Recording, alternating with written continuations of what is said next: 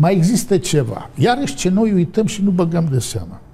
În 1979, Ungaria a primit, după câteva zeci de ani, cel mai simbolic obiect sau artefact al condiției sale de regat superputere apostolică în zona bazinului carpatic, coroana.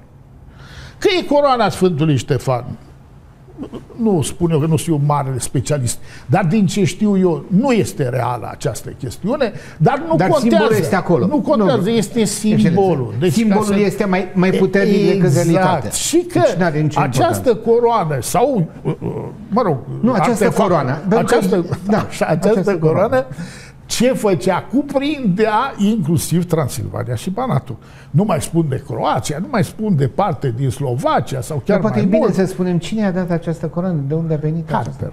Dar ca să știe lumea, este vorba de o întâmplare care se leagă de al doilea război mondial, în care coroana aceasta, aflându-se în niște astea bunuri care se retrăgeau prin sudul Germaniei, deci când veniseră și sovieticii, și americanii, și englezii, și toată lumea, și toată lumea prin Germania, o trupă americană, să-i spunem așa, o unitate americană, o găsește, îi se predă, nu? Acolo și atunci pornește cu ea captură de război. Și vedeți ce trebuie să ținem seama? Că ea fusese ținută drept captură de război până în 1979.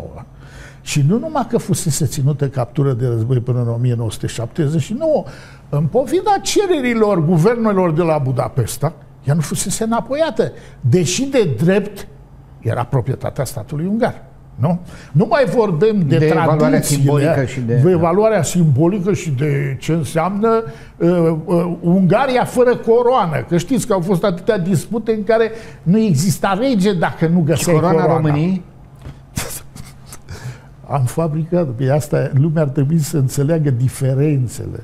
Nu, dar pentru că noi tot ne referim la acești așa zis legaliști care avem coroana aceea de oțel din tunurile de la Plevna. Da. Aceea, unde e?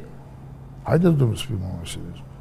Păi da, aceea e coroană cu simbolistica coroanei maghiare. E o diferență de la cel la pământ. În primul rând, nu a fost dată de papă. Deci vă dați seama, de ce insist asupra acestea?